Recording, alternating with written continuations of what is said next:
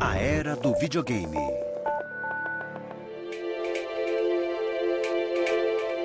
A era de ouro do fliperama aconteceu entre o final dos anos 70 e início dos 80, com o insaciável Pac-Man e invasores alienígenas não identificados. O videogame permitia que os jogadores controlassem sua própria experiência digital. Mas para essa nova forma de entretenimento durar, os designers de games precisariam daquilo que a TV e o cinema já dominavam: uma história. Logo depois da invenção do videogame, a maioria dos jogos que existia era muito simples, técnica e mecanicamente como Pong. Era só girar um botão para mover a raquete e acertar a bolinha. E isso envolvia um pouco de física, mas não falava sobre nada. Era só uma distração. Para manter os jogadores entretidos, os designers de games aprenderam uma tática com os cineastas. Era preciso estabelecer uma ligação mais profunda com o público.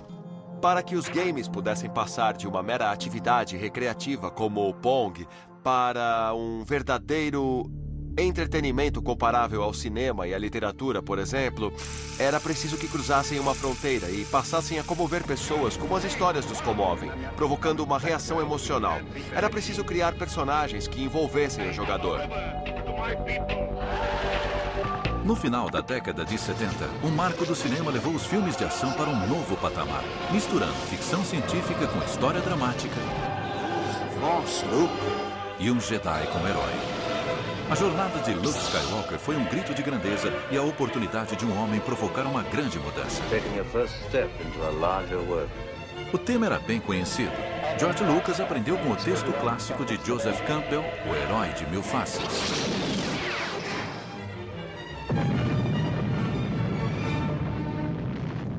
Guerra nas Estrelas demonstrou que esse tipo de narrativa, com um ritmo muito acelerado, cheia de tecnologia e de ótimos efeitos especiais, não desvia a atenção da história. E essa influência ainda pode ser sentida nos videogames. Os efeitos especiais eletrizantes de Guerra nas Estrelas atraíram o público para as salas de cinema. Mas no mundo do videogame, os jogos não passavam de brinquedos para passar o tempo. Havia games espaciais como Asteroids e Space Invaders, mas eles não tinham personagens nem história, pelo menos até aquele momento. Quando Guerra nas Estrelas estourou nas telonas do mundo inteiro, o videogame ainda estava engatinhando.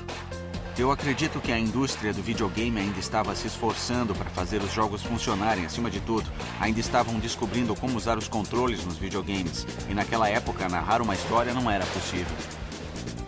Por isso, o videogame precisava aprender com o cinema que uma história interessante, combinada com boa ação, leva o público às poltronas e, no final das contas, aos joysticks.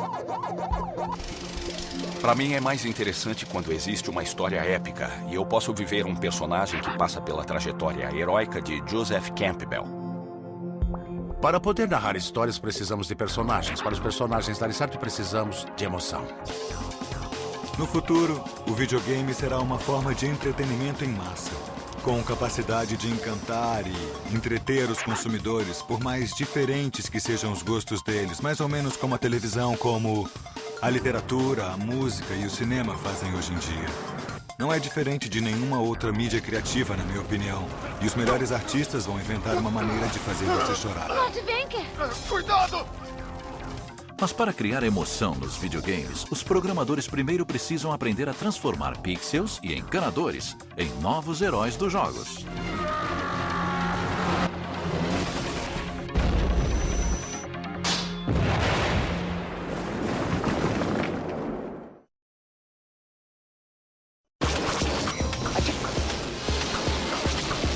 Depois de milhões de pessoas no mundo inteiro terem acompanhado a jornada heróica de Luke Skywalker em Guerra nas Estrelas, a indústria de videogame percebeu que talvez também precisasse de um herói.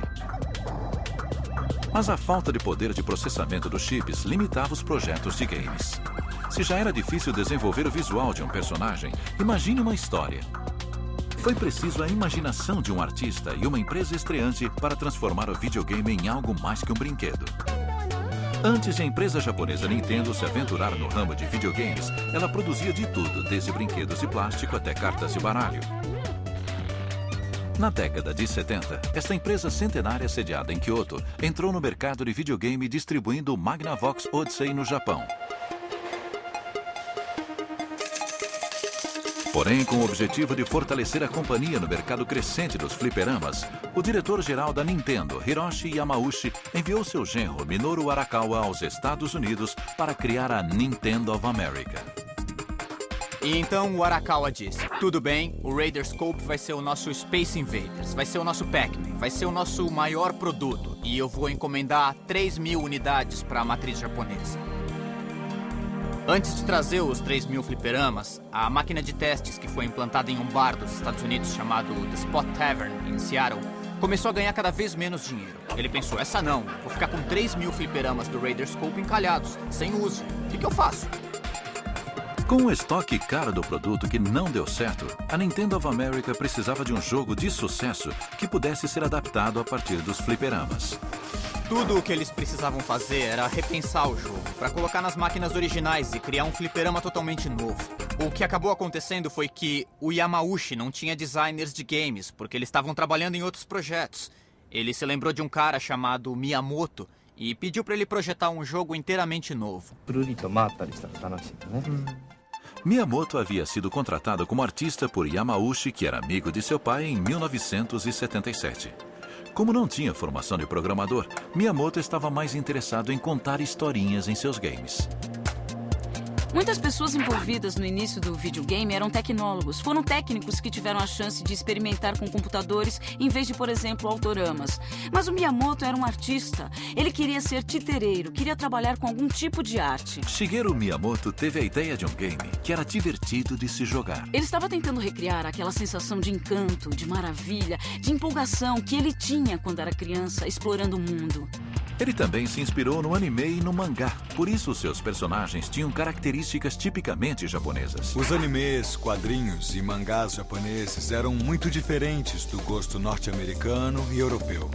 O povo japonês cresceu em um ambiente em que muitos personagens infantis e encantadores eram vistos. E já se passaram 40 anos. O mangá e o anime influenciaram muito os japoneses. São um dos nossos componentes culturais mais fortes. Eu acho que o nosso desejo por esse tipo de entretenimento, como videogames e mangá, e a nossa tendência à imaturidade, de alguma forma estão embutidos dentro da gente. É um tipo de coisa que o nosso povo deseja naturalmente. Queremos crescer como crianças, ter alguém para cuidar de nós, e não queremos morrer. Acho que talvez esse seja o nosso maior desejo na vida. A procura por uma liberdade infantil e, de certa forma, inconsciente pode ser a razão que levou essa cultura a prosperar no Japão. Sem tecnologia avançada e sem experiência em programação, Miyamoto fez o impossível. Eu tive uma ideia para um personagem principal que não era poderoso, também não era bacana e nem bonitão como o Super-Homem. E como os personagens de videogame precisam caber em uma tela pequena, então o desenho precisava ser simples. Ele precisava ser menos complicado. Miyamoto transformou um encanador corpulento chamado Jumpman em um superastro. Mais tarde, quando o jogo Donkey Kong foi lançado em 1981, o personagem de Miyamoto foi rebatizado de Mario. Pela primeira vez, o personagem parecia ter carne e osso. Era um videogame que não falava sobre a chegada de invasores que precisavam ser abatidos para defender o planeta da invasão. Mas, na verdade, falava sobre um personagem que tinha a tarefa urgente de salvar a namorada de um terrível gorila. Se você analisar a maioria dos games norte-americanos da década de 70, percebe que dificilmente havia um personagem central, havia um quadradinho, e você tinha que imaginar que aquele pontinho piscando era uma raquete de tênis, ou um homem, ou então um barco, um carro. A mídia era muito limitada, era difícil desenhar um personagem que fosse distinguível. Como o Mario tinha que ter um tamanho limitado, ele tinha um nariz bem grande, porque é fácil reconhecer um nariz grande no rosto de alguém. O Mario usava bigode porque não havia pixels suficientes para desenhar uma boca debaixo daquele nariz. Ele usava chapéu porque era difícil desenhar cabelo em um fliperama antigo como aquele.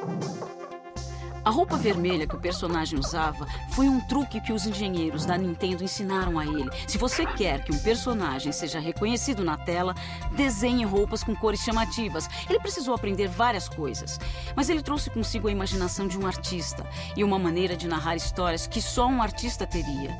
Isso foi uma coisa muito importante para a indústria, principalmente naquela época.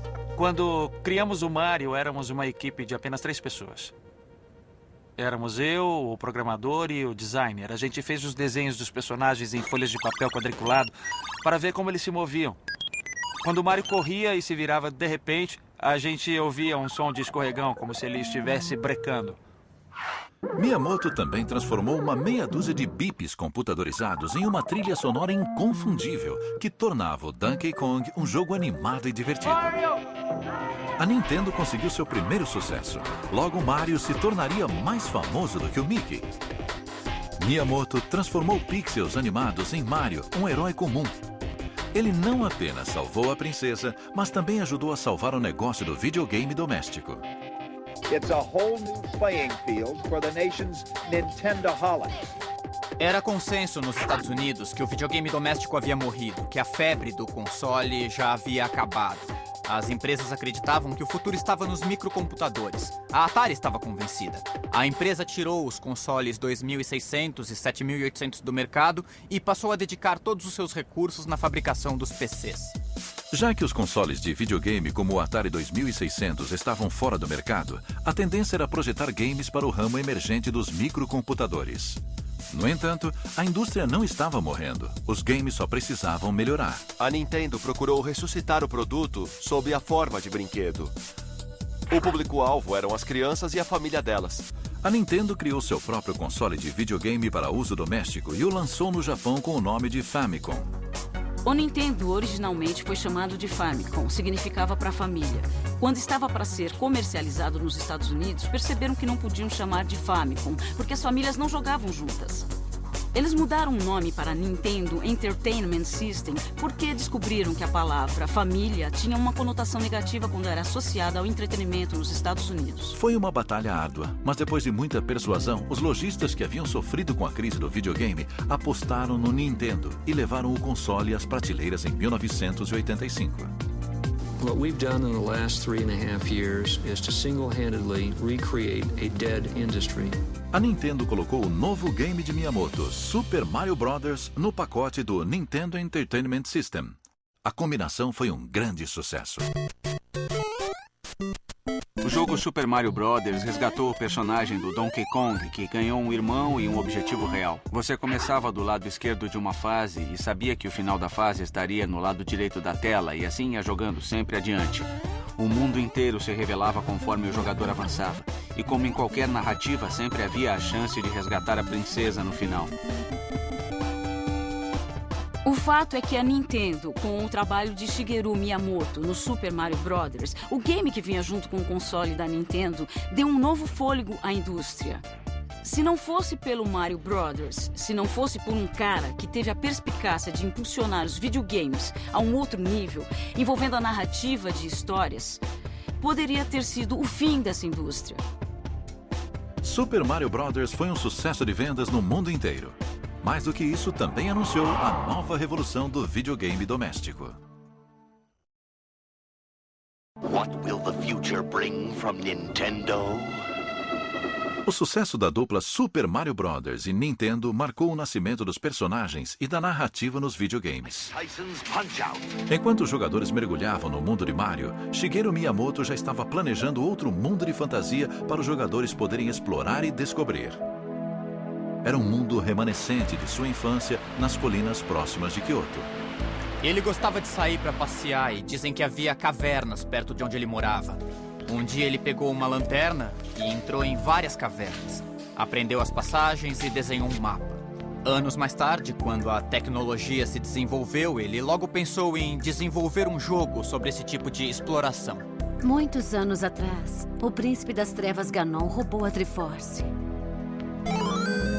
Nos jogos como Donkey Kong, o Mario do início e o do final eram o mesmo Mario, com os mesmos poderes, e também era assim no Super Mario Bros. No game Zelda, o personagem começa fraco. Ele só tem uma pequena quantidade de energia. Não possui nenhuma arma nem nada. Mas no final do game, ele tem uma variedade de armas e tem muita energia. Essa foi a novidade do jogo The Legend of Zelda. Jogos com personagens já existiam há muito tempo, mas pela primeira vez um game foi bem sucedido em mesclar personagens com ação. Eram histórias épicas com temas clássicos do bem contra o mal. O protagonista precisava resgatar alguém. Você era um menino que precisava lutar com coragem e se tornar melhor do que era no início, não apenas para o seu próprio bem, mas para o bem da comunidade. A complexidade de The Legend of Zelda, acompanhada por uma trilha musical dramática, trouxe mundos e personagens de videogame que pela primeira vez despertaram empatia no jogador. Zelda, segundo muita gente, foi o primeiro videogame que fez as pessoas chorarem enquanto jogavam. Era muito centrado na história.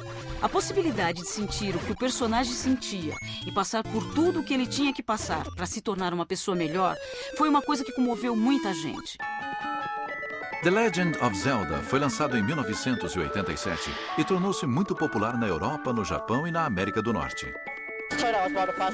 Seguir um personagem que passava de fases e ganhava poderes ao encontrar tesouros escondidos foi muito significativo para uma geração que tinha um enfoque cada vez mais individualista.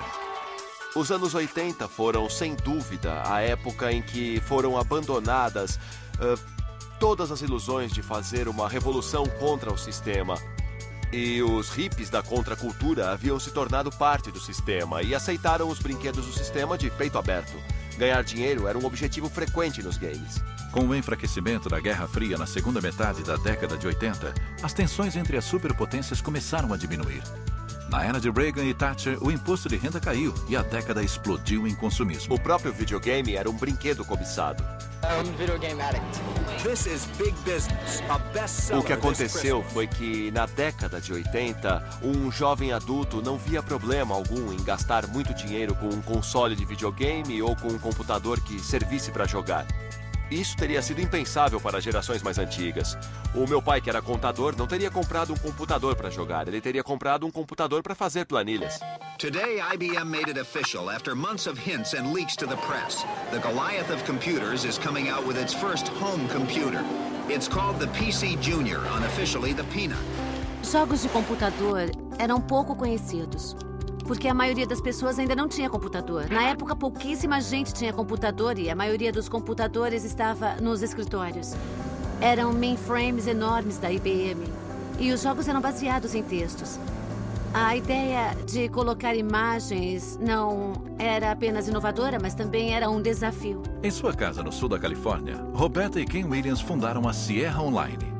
Apesar da limitação tecnológica, eles trouxeram grafismos e histórias para os primeiros jogos de computador. Quando nós fundamos a Sierra, a indústria ainda estava engatinhando. Começavam a surgir os primeiros microcomputadores. A Radio Shack tinha acabado de lançar o TRS-80, a Apple estava começando e não era nada fácil, as máquinas eram muito fraquinhas. Hoje em dia, os joysticks têm mais poder computacional do que os primeiros computadores. Em 1980, Roberta e Ken criaram o jogo Mystery House. Ele não tinha som, nem cor, nem animação, mas era dotado de uma característica que nenhum outro jogo de computador tinha na época: gráficos. Embalado num simples pacote plástico, o jogo foi vendido nas lojas de software da região.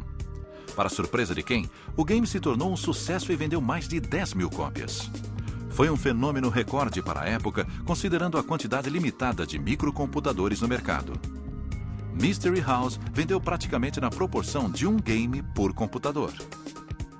Por algum motivo, as pessoas que jogavam no computador tinham uma mentalidade diferente das pessoas que compravam consoles de videogame. Elas eram mais pacientes, por isso a ideia de um jogo que fosse desafiante e que apresentasse uma série de quebra-cabeças demorados para se resolver não era nem um pouco esquisita para eles. Apesar da crise dos consoles domésticos em 1983, Ken e Roberta conquistaram seu espaço no mercado incipiente dos PCs. A aventura gráfica seguinte foi King's Quest. Quando ainda não se conhecia a placa de som e o mouse, o game apresentava mundos tridimensionais jamais vistos, sons e personagens que eram controlados pelo jogador. Hoje é engraçado olhar para os primeiros jogos porque eles eram serrilhados. Era preciso levar todas as limitações em conta e colocar os pontilhados nos lugares certos. O resultado, se você se afastasse um pouco para olhar o monitor, era um colorido razoável que surpreendia as pessoas. Se todo mundo tolerava aqueles gráficos ruins e aqueles sons ruins, isso mostrava que havia uma indústria em potencial que estava esperando para nascer. No começo, a maioria dos jogos que envolviam heróis era focada na ação. Com alguns jogos, como King's Quest, a ação desapareceu completamente e deu lugar à investigação e ao raciocínio para resolver as charadas. Também era uma situação na qual você não controlava o personagem diretamente. Você era uma espécie de observador e o personagem obedecia às suas ordens, mas você não ficava completamente conectado a ele. Além de a história ser mais complicada, o jogo tinha um ritmo mais lento, então você podia pensar mais e parar para ler os textos, e os quebra-cabeças também eram mais difíceis. Apesar dos jogos de Miyamoto para consoles terem sido muito diferentes dos jogos dos Williams para computadores, sua capacidade de combinar técnicas tradicionais de narrativa com a nova tecnologia era muito parecida. Eles levaram os jogos e os jogadores para onde jamais haviam sonhado. Mas os novos tempos trouxeram uma nova geração de jogadores com diferentes exigências. Isto levaria a narrativa e a tecnologia um passo adiante.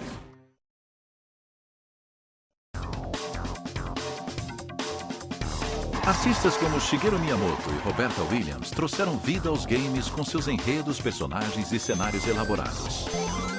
Com poucos pixels e sons elementares à disposição, eles criaram mundos envolventes, onde o jogador era coroado herói.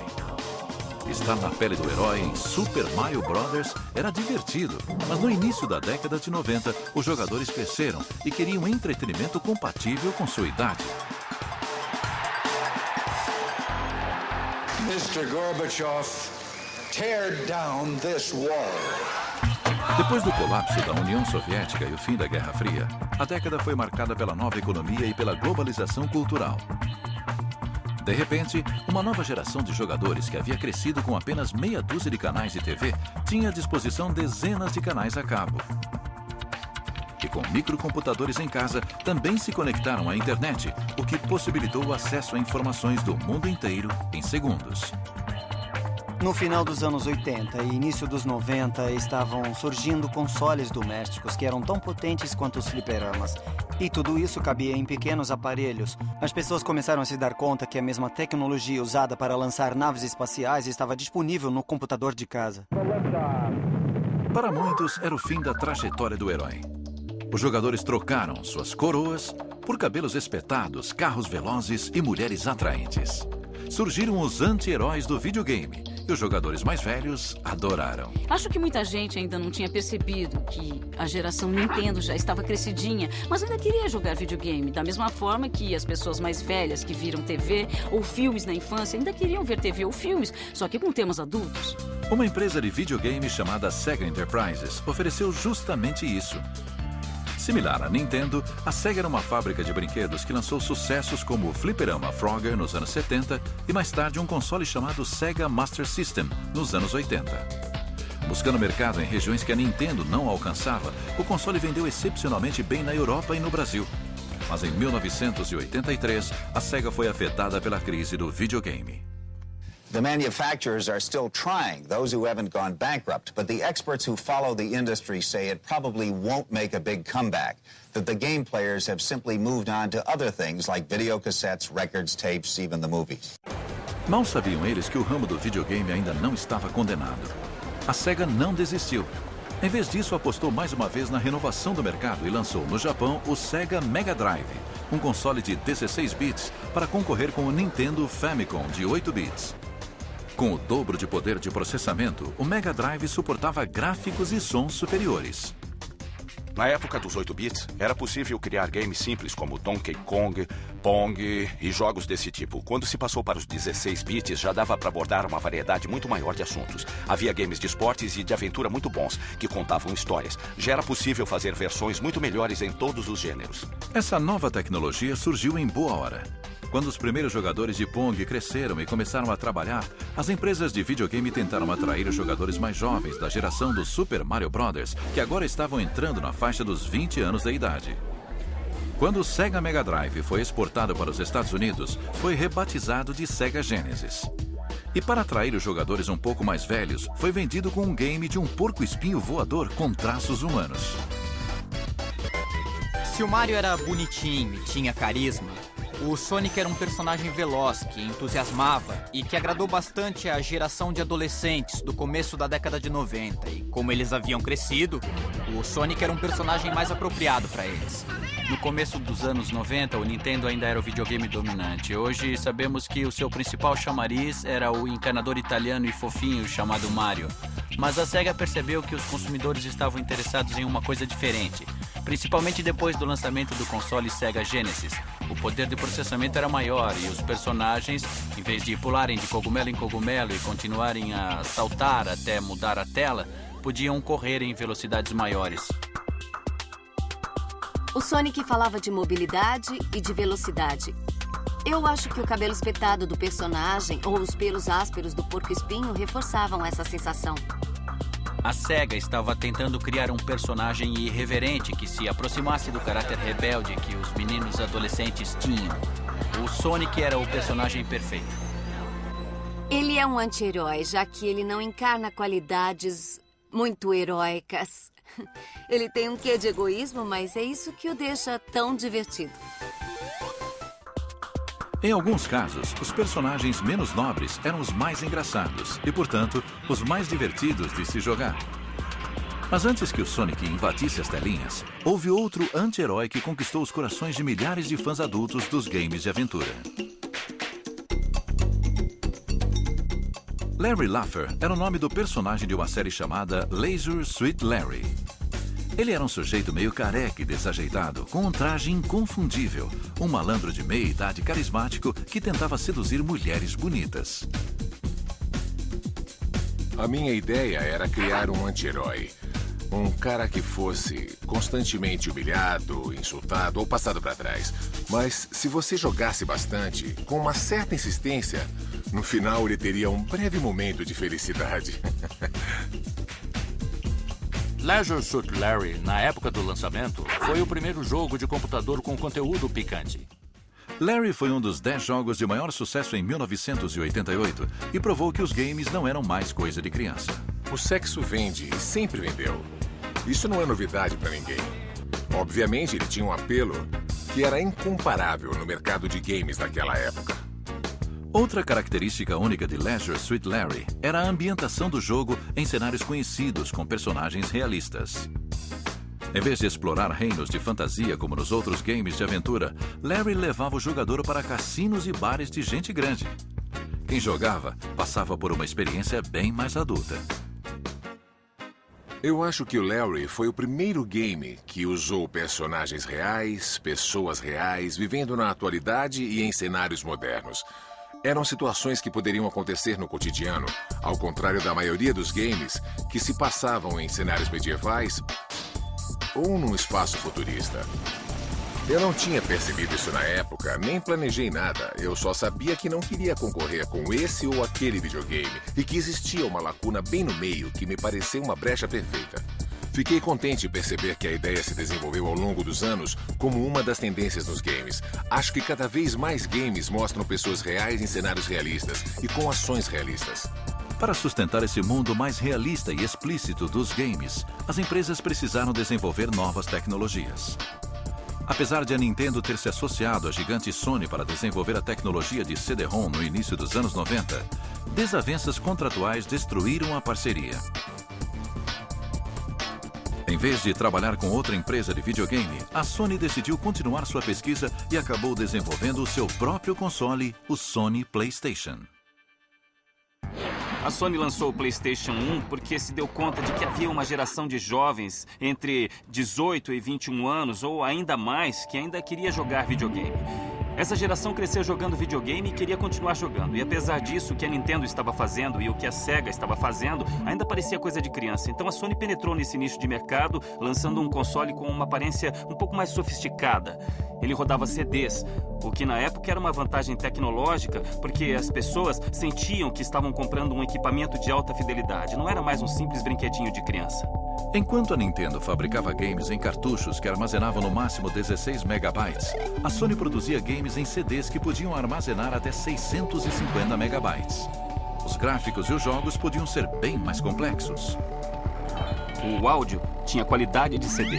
Muito bem, Crash. Eu sabia que podia confiar em você. O vídeo tinha suporte para computação gráfica e toda uma gama de possibilidades com mais espaço na mídia de armazenamento, e isso aumentava as possibilidades do game. A Sony teve o mérito de transformar o videogame em um jogo muito mais envolvente. Em vez de aventuras de crianças, apareceram obras-primas épicas como Final Fantasy VII, que falava de morte e traição, e de questões que pareciam muito mais maduras. Com isso, muitas pessoas se sentiram atraídas pelo produto e passaram a querer jogar videogame, porque ele tocava em aspectos que eram relevantes em suas vidas. O PlayStation alcançou em 10 anos o mesmo nível de penetração que o telefone levou 30 anos para alcançar. Foi um sinal de que as pessoas estavam preparadas para assimilar esse tipo de produto nas suas vidas. E também marcou uma época onde mais entretenimento adulto estava sendo produzido. De 1994 a 97, cerca de 16 milhões de unidades de PlayStation conquistaram seu lugar ao lado de aparelhos de som e videocassetes no mundo inteiro. Na época em que o PlayStation surgiu, os consoles estavam migrando para um mundo com ambientação tridimensional. Nos games, por exemplo, Tomb Raider com Lara Croft mostrava ambientes complexos que podiam ser explorados. Esse foi o grande marco do PlayStation e, na época, deixou muita gente empolgada. Outro game do PlayStation que empolgou muita gente foi o Grand Theft Auto 3, conhecido como GTA 3. Nele, o herói não salva a princesa. Em vez disso, tenta salvar a si mesmo, ainda que isso signifique desobedecer à lei.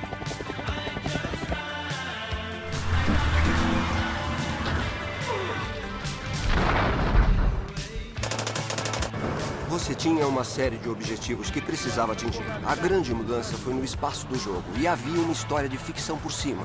E em vez de ser um encanador meio gordinho, como o Mario, ou uma espaçonave sem rosto, como em Asteroids, você podia ser o Carl Johnson ou um gangster que acabou de sair da prisão e que está tentando retomar a vida.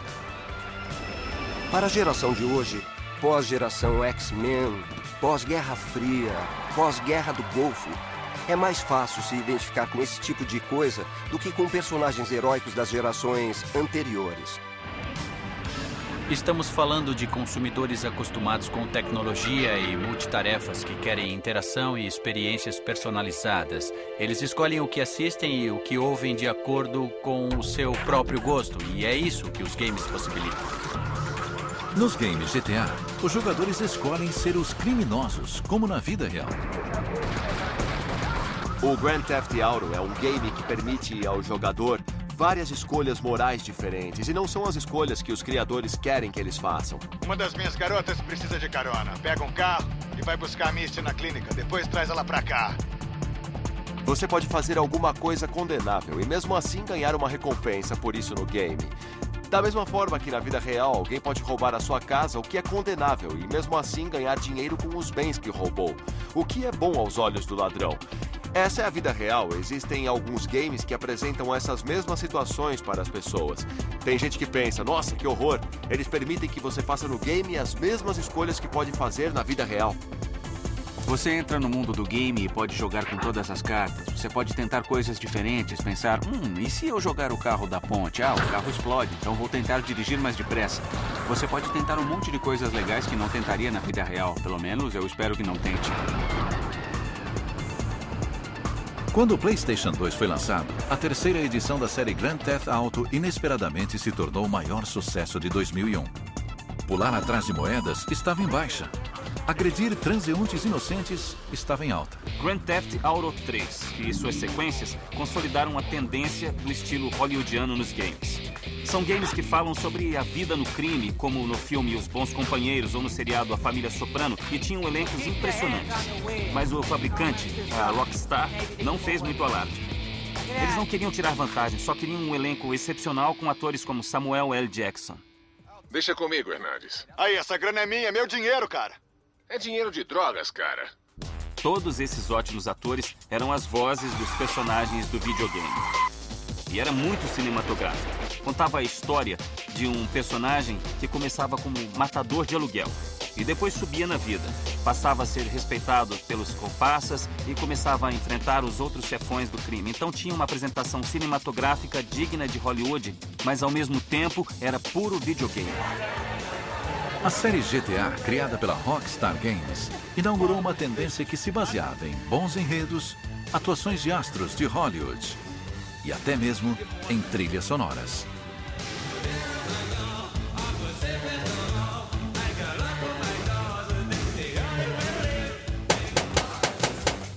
Uma das coisas mais legais do Grand Theft Auto era poder sintonizar uma estação de rádio que tocava músicas boas dos anos 80 e isso era o que dava o clima do jogo.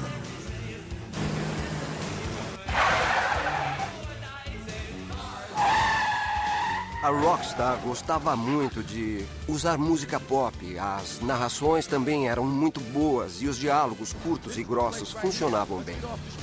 Eles não ficaram presos ao estilo Final Fantasy, com cenas mais longas e lentas. As cenas eram curtas e rápidas. E também havia outros recursos, além das imagens, para dar vida a esse mundo. Acho que isso mostra que o videogame é uma cultura que está cada vez mais em voga e muitos outros tipos de mídia estão interessados em aproveitar um pouco da paixão que os jogadores sentem. Também querem lucrar com isso. Os videogames estavam cada vez mais parecidos com os filmes e, finalmente, recebendo o respeito que mereciam de Hollywood. Hoje, os games de ação e aventura têm cenários incrivelmente sofisticados e passaram de 2D para 3D e HD em apenas uma década. E foi assim que o videogame passou a fazer parte de Hollywood, considerando as experiências que proporcionam. Os estúdios de cinema de Hollywood estão muito interessados em participar da indústria do videogame. E o impacto é muito grande no mundo do entretenimento. Nosso foco é proporcionar de 20 a 40 horas de interação para homens de 25 anos que não assistem mais televisão. Eles jogam televisão. Essa sensação de participação e heroísmo que você tem quando vence no videogame é muito mais forte do que ver um personagem de cinema sendo heróico ou vitorioso. Até recentemente, a indústria do videogame comprava os direitos dos filmes e às vezes desembolsava muito dinheiro para fazer a versão em videogame de um determinado filme na época do lançamento ou talvez 3 ou 4 meses depois. Hoje em dia, Hollywood reconhece que esse consumidor não vai mais às salas de cinema. Fica em casa onde tem uma TV de alta definição e se conecta a milhões de pessoas com o console Xbox Live. Acho que hoje os papéis se inverteram. Os videogames deixaram de ser alternativos. Agora tem histórias profundas, personagens complexos e gráficos realistas. Mas ao contrário de Hollywood, o visual arrojado dos videogames tem um limite.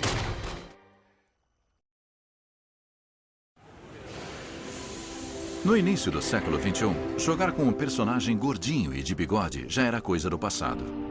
Novos consoles como o Sony PlayStation revolucionaram a indústria.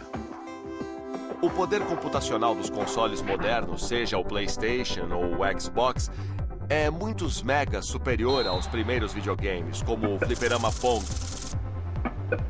É a mesma coisa que comparar a tecnologia moderna dos arranha-céus com monumentos de pedra. Eu me lembro de ter jogado um game chamado Tecmo Bowl sobre futebol americano. Era um jogo muito envolvente, mas não era tão sofisticado do ponto de vista do visual e da sensação. E não parecia um jogo real da Liga de Futebol Americano. Com os games de hoje em dia, principalmente o Madden Football da Electronic Arts, se você passar pela sala sem prestar atenção, pode até pensar que é um jogo de verdade passando na TV. Que jogada sensacional! Os gráficos detalhados e de alta fidelidade transformaram o jogador de videogame em ídolo do esporte. Não importa qual seja o seu talento físico, ele é capaz de dominar qualquer esporte virtualmente. Os novos games de esportes dão ao jogador uma sensação de poder, como se fossem heróis. Porque, de repente, você tem o rosto dos jogadores e os seus nomes. O jogo é muito realista e a escalação está toda ali. O jogador consegue movimentar os atletas como se fossem soldadinhos de brinquedo num campo de batalha. E essa é uma experiência inebriante. Vamos acompanhar o lance de perto. A Electronic Arts tem um slogan para os games esportivos. Se está no esporte, está no game. A origem dessa frase está na minha paixão pela autenticidade.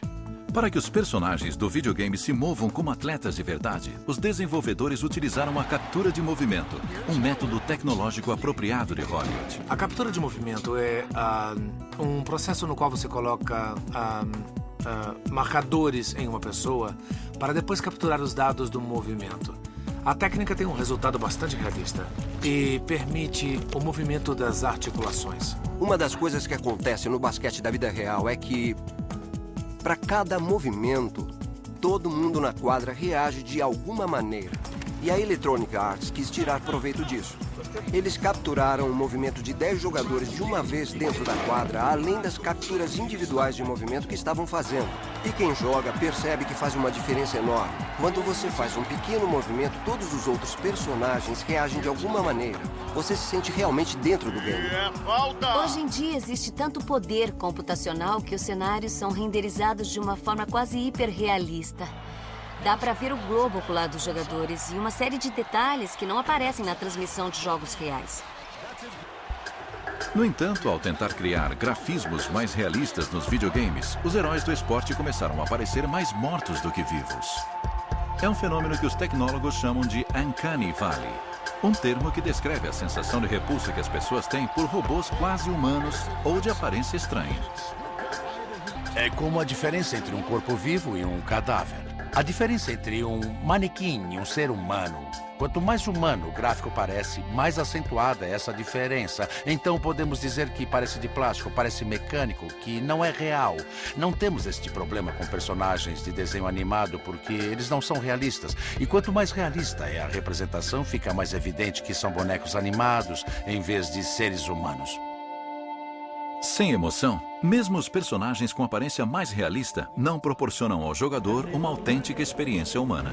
Se você não se comunicar com os personagens, pelo menos de uma maneira superficial, como é que vai poder se emocionar com eles? Você não vai ter problemas em matá-los e em capotar os seus carros virtuais. Mas quando você fala com as suas próprias palavras e eles conseguem ouvir, uma conversação real acontece. E assim, você pode se sentir mais comovido a ponto de chorar enquanto interage com eles. O modelo de perfeição de um game é a sua capacidade de fazer chorar. Mas tem gente que diz que só chora quando o game não funciona direito. Outros afirmam que já estão acostumados a chorar com videogames. Então o choro se tornou uma maneira simbólica de viver a experiência humana. Isso amplia o espectro do que um game é capaz de fazer, dos mundos que ele é capaz de trazer para dentro das nossas casas. No começo era difícil representar seres humanos, por isso os games mostravam alienígenas. Mas quando descobrimos como mostrar gente na telinha, começaram a aparecer mais games sobre seres humanos. Hoje em dia, o tipo de emoção que se busca envolve personagens de carne e osso parecidos com seres humanos reais. Esse é o próximo desafio da indústria. Até lá, talvez o fenômeno não precise necessariamente acontecer na tela. Pode acontecer na imaginação do jogador. Era o que acontecia nos primeiros grafismos de baixa resolução ou nos games de aventuras em texto. Se os jogos são capazes ou não de fazer chorar, o videogame continua sendo uma mídia poderosa. Afinal, de que outra forma uma pessoa pode se tornar herói com o apertar de um botão?